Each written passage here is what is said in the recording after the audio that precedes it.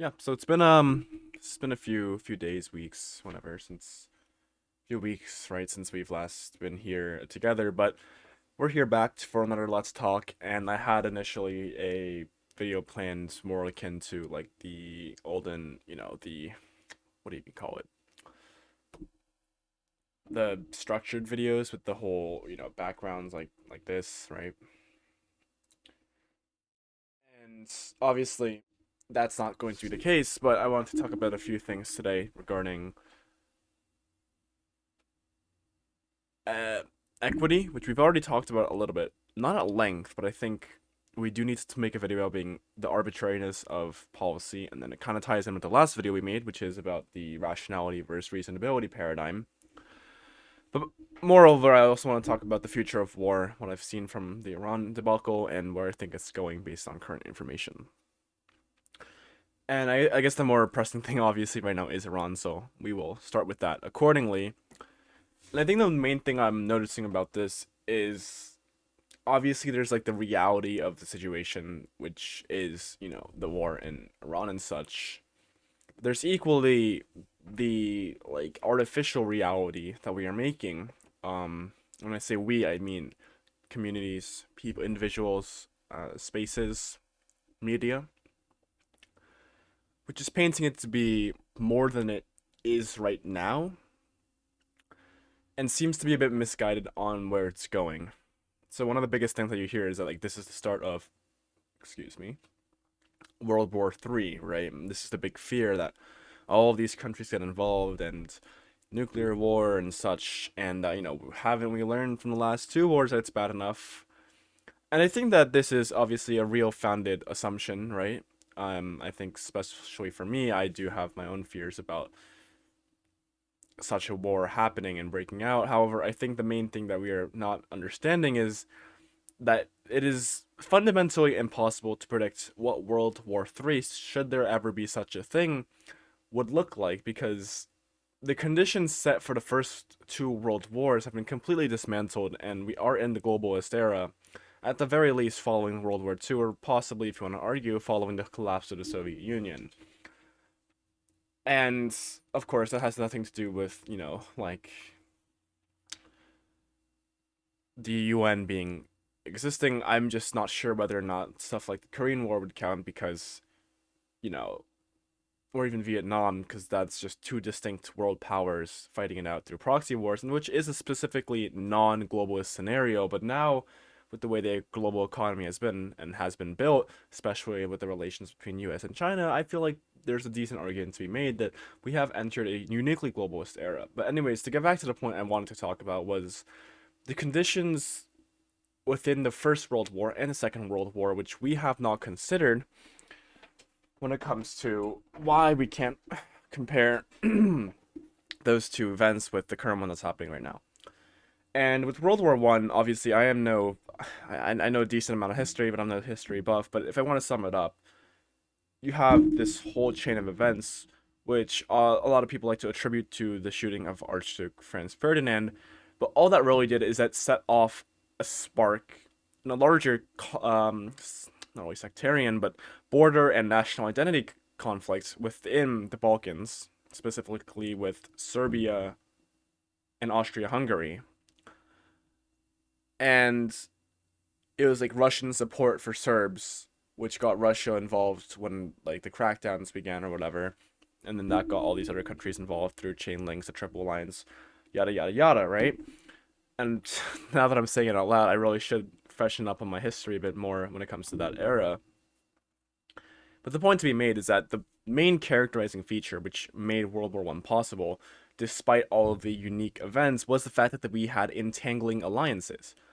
And by we, I mean the world, the people as a whole, which I guess is like the whole globalist perspective that I criticize so much sometimes. But we as humanity, we as those in, what Europe, the West, Middle East, right? There were these entangling alliances which kind of obligated, sort of like NATO title of, oh my god, Article 4? Or Article 4 maybe, or Article 2. Whatever it was, obligating countries to join in, and also so many different varieties of alliances, which, resulted in betrayals and switching sides early on in the war, especially before the actual fighting started to break out. And that's what made World War One special. And the second thing is the advent of new technology, right? World War One was what 1914 to 1918. This is right following the biggest breakthroughs in the Industrial Revolution, allowing tanks to be mass produced, bullets, ammunition, special sorts of chemicals, and other weapons of war. These were the things that characterized World War One, and the reason why the death toll was so high is because it was mostly land conquest, without a real like purpose of what where people want to go. Obviously, each country had their own land ambitions, especially places like Germany and Italy. But there was no distinct we are fighting to stop this country from doing X. It was a lot of it was joining in because of we want this country to stop doing this thing to this country, etc., etc. And this is what made it so bloody and difficult. That objectives were never clearly set because the war was so hectic, and it was the first world war, of course, of its kind, given by the name. And I guess I'll move on to the Second World War before I guess we discuss the connection with the current situation in the Middle East. And the situation we face right now in the Middle East is specifically. Oh, what the hell am I talking about? Sorry, Second World War. Oh my god. So yeah, obviously the rise of Hitler in Germany, duly elected by the way, which is a scary part of democratic systems when the actual country starts going wrong. Anyways, the duly elected Hitler begins to once he rises outside of chancellorship and becomes the basically the dictator of the country of Nazi Germany. He moves on from starting from Czechoslovakia, moving on area by area, and I think it's Belgium. When Belgium is attacked, that Britain jumps in, right? And then France as well, and that's when everything starts. And World War II, technology wise, was more advanced, but not on a different level, if that makes sense. They were working within the same military paradigm at least when it came to ground warfare. I suppose, the added differences were again aircraft warfare, which wasn't as developed in the First World War. But also, what characterized World War II was the role that information and tactics played, especially when it comes to having these bigger conflicts with these modern technology systems and transportation lines and all these different things you actually had to organize, which you previously did not have to. And so World War II, well, it was very much similar. In with World War One, it was.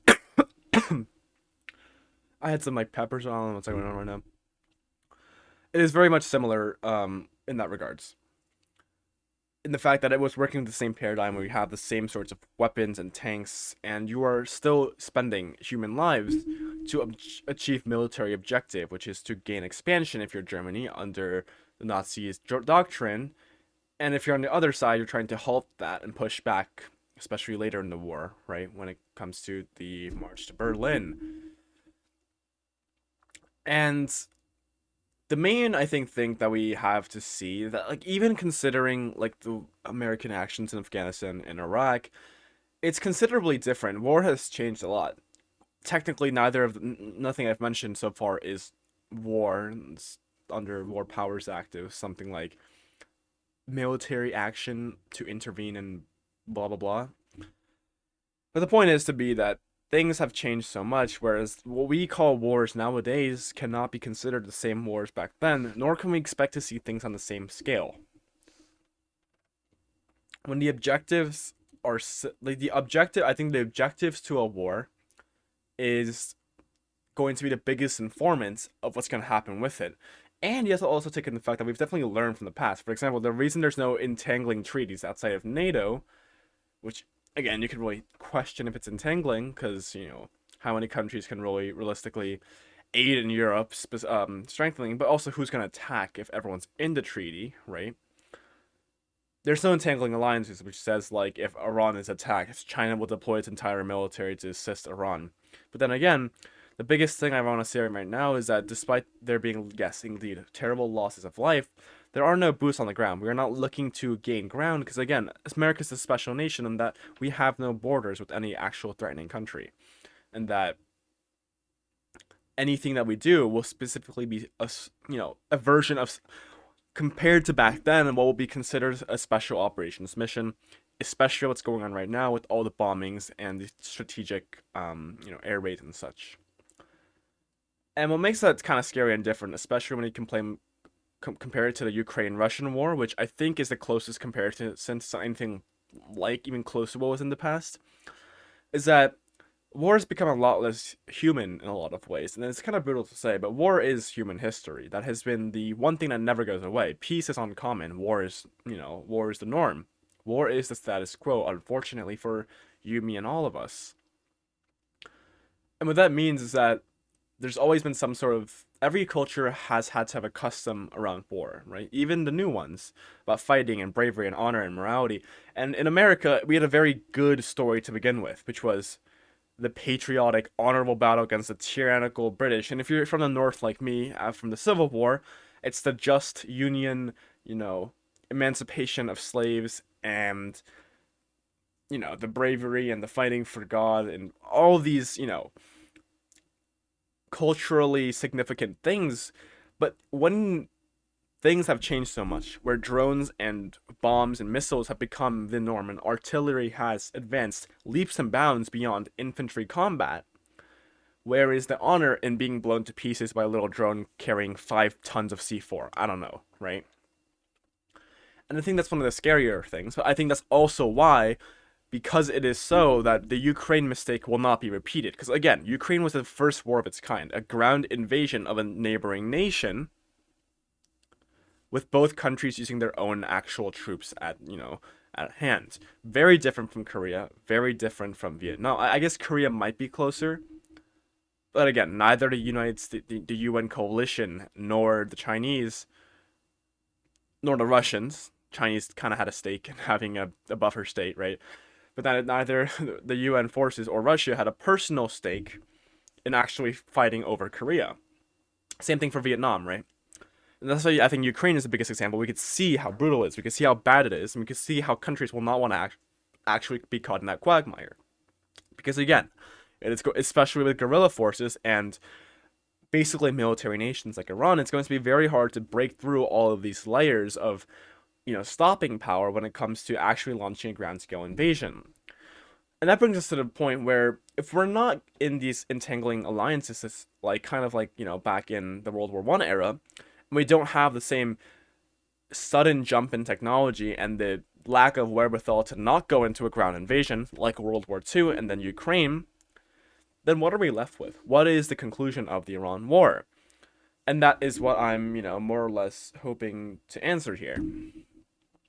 And I think the true way to look at this is through a lens of suspicion, basically. At least when it comes to like the mainstream narratives or even comparisons to the past, because we truly can't predict what's going to happen with this. Because this isn't the same as other, like Libya or whatever, Syria, wherever we bombed back in like 11, 12. That even since then things have progressed. Drone warfare has only gotten worse, and our objectives have changed as well.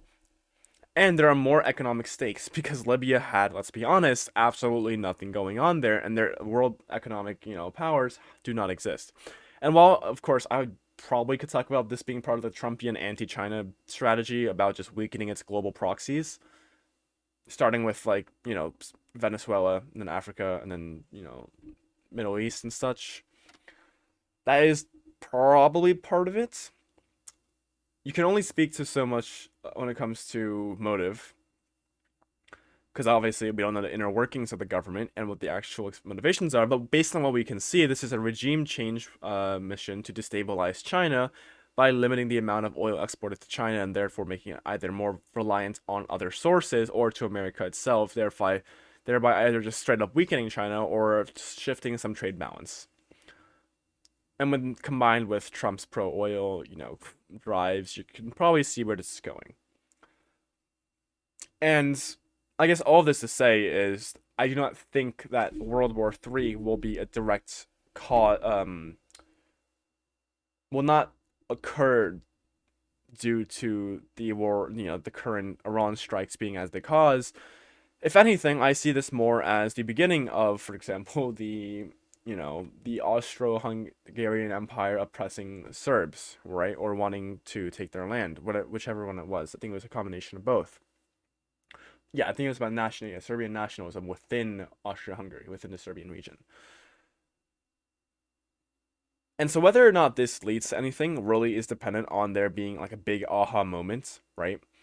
For example, things might not have gone so bad should, you know, the Archduke not have been shot and then the Austro-Hungarians, crack down on Serbians. That might not have happened, right? But you would never be able to tell from that point that a world war would start because again, even now, even after two world wars have happened, each one has been so different from one another that the third one will not be anything akin to the last ones we've seen, and therefore we cannot seem to even begin to predict that something like that will happen. Especially because, again, neither China or Russia or maybe Turkey, like Iran's actual allies, right, outside of their terror proxies, which aren't real countries, they haven't pledged anything to Iran. They haven't actually guaranteed anything to Iran. And on the other side, the invading power, right, the actual aggressor in the situation, which you could argue is very easily the United States, has no will and should not have a will to actually send in troops, because the state of warfare right now, similar to World War II, is very different from the World War previous, leading to logistical issues and leading to stuff like, I guess back in the day, you could call it a miscalculation and such, but like Operation Barbarossa into Russia, right? These are things that would never have worked, but they would not know that because it was the first time something like that has been tried. I guess if you want to talk about Hitler, I guess Napoleon failed, but then again, that was literally 100 years before, right? There's just so many issues that we have to talk about here, like just with Iran, that doesn't relate to this starting World War III. Instead, what we should be focused on right now is how do we end this as soon as possible, and how do we ensure that we have a safe exit plan should we want to get involved further. Because here's the thing, we opened this out with the assumption that something would happen when it comes to the Iranian people and the government itself, that it would collapse. However, what we failed to, I guess, calculate is either the probability of that happening, the fear that people have built over the 40 years, and the fact that, again, because the Iranian the Islamic Republic has been in power since 1979, the people who do the revolutions, the people who fight, the people who actually go on and, you know, start these revolutions like we've seen so much around the world, haven't seen anything different. And even the people, these are just stories from the grandparents and perhaps history books, if they even are as rosy as such, of the past, right? And that is the difficult part about this, right? Because how do you expect these people who have never actually experienced the true greatness of, freedom, which, or so we, I guess, believe, there's many perspectives to this, how do we expect them to actually rise up? Which I think is the biggest problem when it comes to these sort of youth-led revolutions or rebellions. The world doesn't really have as much appetite for bloody revolution anymore, because again, I don't know. I don't know why actually. I don't know. I don't know. It's like selfishness or lack of virtue, honor. The fact that people aren't really doing that poorly. Because like even now, like when the Venezuelan economy takes a downturn, we are nowhere near the levels of like starvation people in like 1400s China faced, right? When they had like the peasant uprisings, or even back then, 1905, the Russian Revolution, right? And it's just, I don't know.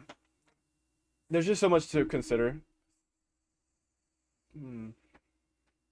Gotta answer a quick message here.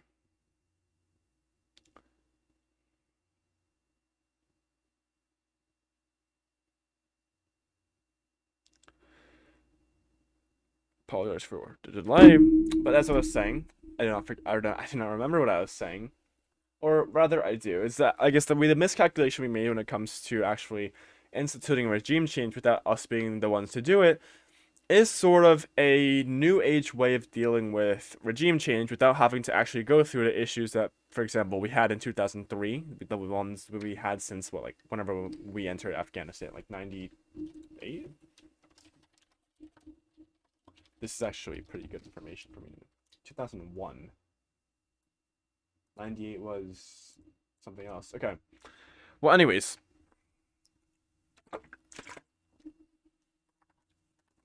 what we must consider is that any calculation we could have made would have been wrong. And I guess the more rich part about this, in many ways, is that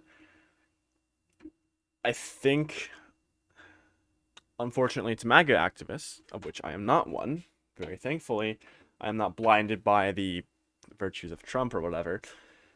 But the success of Venezuela blinded or at least misguided some of the efforts we had in Iran, is seeing that even Venezuela hasn't changed too much, even though they are in a step in the right direction. And the Iranian people, though suffering, were not in a situation where simple, taking out their leader would have actually toppled the entire system itself, which has been built over 50 years nearly now.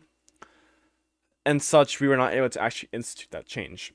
But the good thing is, we have already okay, so there's a good and bad part of this now, where the good part is that we're not actually in the country yet. We have no actual responsibilities to continue, funding our troops there or whatever if we actually had them. However, we do have the issue where we've already caused all this drama. It is very difficult politically and also strategically to just pull out now. It's not only if, again, if the initial, what the hell was that? My phone just shook for no reason, not even a notification. If the initial justification for going in on the social side was to free the Iranian people from the Islamic Republic regime, which again, very noble, I can see why that was a political option, and just before midterms too, right? But, the more salient thing for us to discuss here is the fact that that didn't happen. And that after the new guy came in, right, the son of Khomeini was the first guy, right? Khomeini came in, things can only get worse. Because I believe all the news reports were saying he was always more hard line, and these people who perhaps they celebrated, perhaps they didn't, or the people who were not actually able to do anything about or speak out against the United States attack, they might be subjected to worse, and therefore pulling out at this point, allowing the new regime to stabilize, just looks incredibly bad. And politically, that's just not something any leader would do after even anyone could have made this miscalculation. Of course, I think only Trump would actually even attempt to make that calculation, but that miscalculation could have been made by anyone should that step have been taken. But at this point, how do you move on? Because again, it's just a fucked situation. Because you want to be, you want to do good politically as Trump, right? Especially if you care about the future of the Republican Party, as we've spoken about. This term is extremely important to decide whether or not Trump endorsed candidates and going on 10, 15 years, if he's still alive by then, are still socially relevant or politically relevant in general. And so, okay, let's say you keep bombing and nothing happens and you want to send troops in. Extremely unpopular, especially among many of the armed forces who believe that this is not our war, this is a war for Israel, and just for the same fact that we don't want to keep sending, our young men to go die in the Middle East for no reason, right? People who have so much potential, maybe a wife and kids at home. We all know this narrative and storyline, and because it is true is why we all resonate with it so much, that we don't want to see people die for no reason on either side. And that doesn't mean we should keep bombing them because, there's no, we want to make change. We have to actually see the benefits. And then, of course, economically, oil prices. The only way out of this I see is that the missile strikes work, there is a revolution, and America gets favorable trading rights with Iranian oil, and our oil prices drop to $1.50 a gallon, and then Trump is loved forever. That is the only way out of this I see when it comes to at least political points, which is, again, unfortunately, the nature of politics is that you must play for it, because if you tank the political hit, make the right decision, there will be someone else out there who hasn't made that decision yet, or might have a better track record on different things, who says the right things and takes your job. That is the nature of politics, and that's why we can't blame politicians too much when it comes to certain decisions they have to make for politics. That being said, doing the right thing, doing the more effective thing, doing the thing that works, is obviously ideal when it comes to either a voter or myself or just someone who wants to see the country do well. And the next thing is that there's a lot of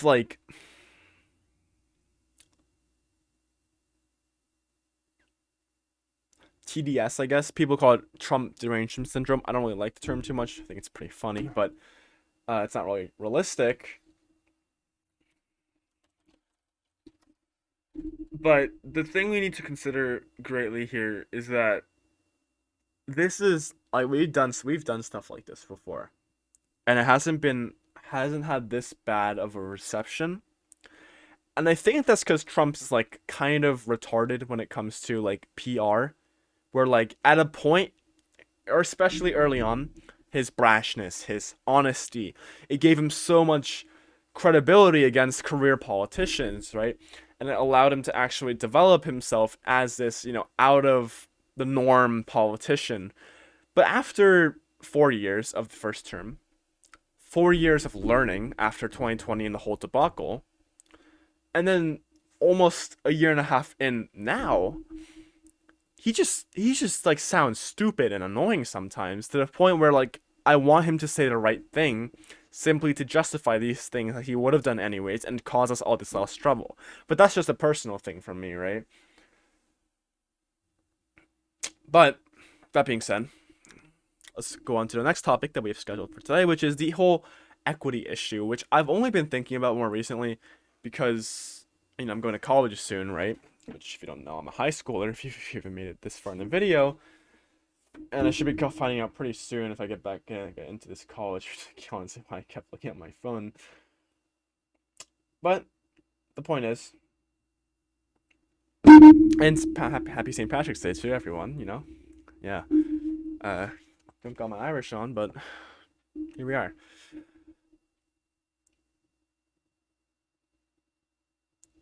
What I realized a long time ago that we've said on this channel, I believe, that also impacts literally everything else about government and social order is the surprising lack of rationality there is in literally every decision we make, but the insistence of people to believe that they can somehow make rational decisions about these irrational things. So let me elaborate. So the initial idea I came up with is like obviously equity is something I am against, right? I think equity concept is flawed because it's not fair by nature, right? Because you cannot have true equity in everything, and especially when you get to like government policy, this starts getting really stupid. So if the original idea of equity is to like make up for past or current injustices which have led to disparities in either wealth, income, or opportunity, that's a fine idea. However, where do you stop and what lines do you do? So equity could mean anything. A lot of people make it seem like it's only about race, but racial equity is somehow probably one of the most shallow ways to go about it because there's so many other factors actually influencing what actually leads to outcomes. Obviously, the most obvious one that defeats the whole idea of equity is individual choice and good decisions to actually allow you to progress. And despite the biggest and hardest hurdles in life, still allows you to progress, right? Because you can make bad decisions from a high standing and still fall really low, whereas making good decisions at a low standing have helped people at least give them a chance to make it high. Because the idea obviously isn't that like everyone is working a good job and also has a lot of money on spare and does it really easily and just has it handed to them. The very few people who are, their parents earned it so they could do that for their kids, right? The blame is not on the people who have that opportunity. Instead, the idea that we should be promoting is that wealth comes at a price, and that is a sacrifice that the lower classes should have to make sometimes, right? That living, being able to afford a bigger house maybe and some vacations, that is the difficult part. And that is why was this in the last video? How like if you walk into these like after school clinics where like kids spend 4 hours just doing math problems, you're not gonna find a lot of white, black, Hispanic people. You're gonna find a lot of Asian kids, and that's not because it's Asian majority districts. These are like white majority towns, but it's the choices people make to not play sports, to not play video games at home during these times, to not take a nap, to not have fun with their friends. That is the price you pay. That is a price a lot of people pay, especially immigrants pay, not even Asians, I guess, in general, but happens to be a lot of Asians, especially in my area. That is the price people pay for, economic mobility, which is the heavy investment in education. And again, if like you're worried about like playing sports, then maybe you're not going to get that opportunity, but that's the price you pay. Anyway, so the issue I want to talk about is like whether or not equity actually transfers evenly when it comes to non-racial topics. For example, I am 6'2", right? Not trying to brag, but that means as a person, at no fault of my own, but of my genetics and my parents, being able to feed me healthy stuff growing up, right?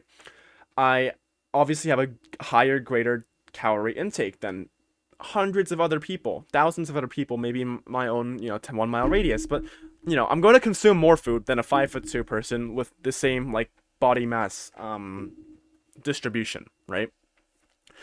That means I'm disadvantaged, right? I have a, you know,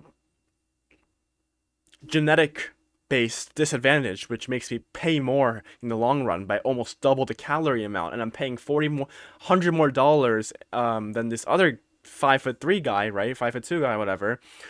At groceries, I should be compensated. There should be a tall person discount. There should be a 10% reduction in costs for food for people above. I maybe you make it a bracket. Make it so like if you're like 5'9", you gotta pay like 1% less. It sounds stupid, right? And I exercise too, and that's a choice I make, which makes it so my calorie intake is higher, obviously. And I guess that's just one example of the parity between like equity and like differences not being associated with innate characteristics, but also sometimes by choices. Because think about it, like if I didn't do any exercise, I literally sat on my computer all day, I would not be consuming like 4,000 calories a day. I'd be doing like maybe like 2,400, and then I would be like more in line with someone who might exercise but might be on the smaller side, right? And that would create this sort of parity, or parity, not parody. What am I saying? Anyways, you would find more similarities in that way, but the whole point is that choices inform what we do. More examples. Should we give like should we give like really white people sunscreen discounts? No, but they are disproportionately affected by sunburn. That's just a stupid argument. We can keep going on with these differences that people have individually, ethnically, which have nothing to do with opportunity, and nothing to do with choices.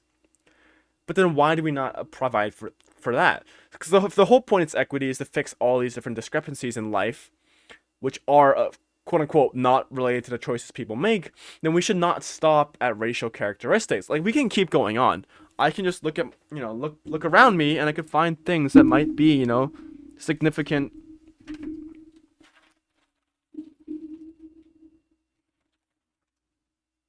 I should do something about that. Be right back.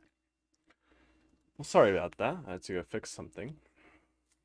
The sound's working fine now, so it's good. Anyways, the point I was trying to make earlier is that you could really go with anything when it comes to what equity means, because there is no reason you should stop at race specifically, because there's so many other things that can actually impact your opportunity. What about like a IQ tax, right? Or like an IQ whatever. And I don't know, like a haircut tax. Like if you're a woman, you can get cheaper haircuts because your hair grows faster. I don't know, right? There's just so much you can actually like think of reasonably doing, which doesn't really make sense. And I feel like that's just one of the things which kind of, if you put it like zoom out really wide and see all the different things that could be happening, it's interesting why race is the only thing that we do equity for. And there's like the other, oh man, there's another part of this I'm forgetting now, but I really just wanted to say that like the arbitrariness, oh yes, right. The arbitrariness for also like government programs and benefits is also really fascinating to me. There's no reason why, like benefits and also taxation. Because if you go with the whole like philosophical idea of as like taxation, whether or not it's theft, if you're libertarian, you'll say it is. It is. If you're classical liberal, you say yes, it is, but it's still good, like me. And the issue is with, I think, upper limits on anything, because lower limits make a lot of sense on a lot of things. Because like this is like for example, it's like the bare minimum like you must fulfill. Upper limits don't make sense because there's no reason why the upper limit is the upper limit, because like lower limits are on anything is based on like actual like means based testing. For example, if there's a lower limit for like a math test, right? Like you must get a 70. It's because 70 is is like discerned to be just the right amount where like you can actually succeed in the next level. And maybe that's a bad example because you could probably get a 69 like do just as well as a 70 student. But you know, like like a speed minimum, right? Like if you go any slower than this, you're gonna be like a danger to the people around you, right? Same idea, right? Like that is why any lower limit in law, which I do not know of any example off the top of my head right now, exists. Upper limits don't make sense because there's no reason why an upper limit should be an upper limit without, because it's impossible to prove the impact of some things on others, or even society. For example, taxes. You know, we hear from all these like Bernie Sanders wing, Democrats, that billionaires shouldn't exist and that every dollar after a billion should go back to the people, which is very vague, by the way, which they really mean more government spending programs that we could do to and not fix the debt issue, right? And debt is good, actually, because Hamilton said it. I haven't heard that one before, I'm just saying. But, yeah. Why a billion? What about 999,999,999? What if every dollar after that I donate to my own charity and I get tax deductible, income, and I donate to my company's R&D department actually? And then it gets weird. But then like, what about like 998,998, 97? You go all the way down to 100 million. Okay, 100 million is that's a lot of money, but it's not. But why not 99 million, right? Because there's no actual like reasonable way you could discern why 1 billion specifically. Because again, 1 billion sounds like a lot. 'Cause it's a B and something M, and we've heard millions a lot when it comes to like lotteries and stuff. Billions now apparently. But then again, like imagine we weren't, because like okay, like money. You know how like money conveys value. So obviously a billion means a lot, right? It means you could do unimaginable, exorbitant things with your money, even if it was all liquid, right? Whereas if we didn't work in base 10 and we had different words for everything, and we still had the word billion, but it meant like something completely different, I don't think people would care. If a 1 billion, either due to inflation or something, meant like 400 million, I don't think people would care. It is simply an optics thing that has to do nothing with actual public policy or whether or not this is a rational way to do taxation so that can actually benefit the average taxpayer the actual very most. Because it's such like a reasonability thing. Because reasonably, a billion is a lot. That's a pretty big threshold. I would agree that $1 billion is like when you get to like that, you're stupid rich kind of thing. Although personally, I feel like that's like anything above 10 million, but or 100 million perhaps. Regardless, the issue with that and any government taxation system, the reason why it's very to spot how it's immoral that I don't see other libertarians spotting out enough, it's because at every level of it is arbitrary. And arbitrariness doesn't actually lead to good policy. It just looks good politically for people who either like are like fence sitters on sort of stuff like taxation or straight up communists, right? Anyways, that's my spiel on the war in Iran and a little bit on the equity issue and I guess sort of like the reasonability versus rationality paradigm again. Anyways, bye bye.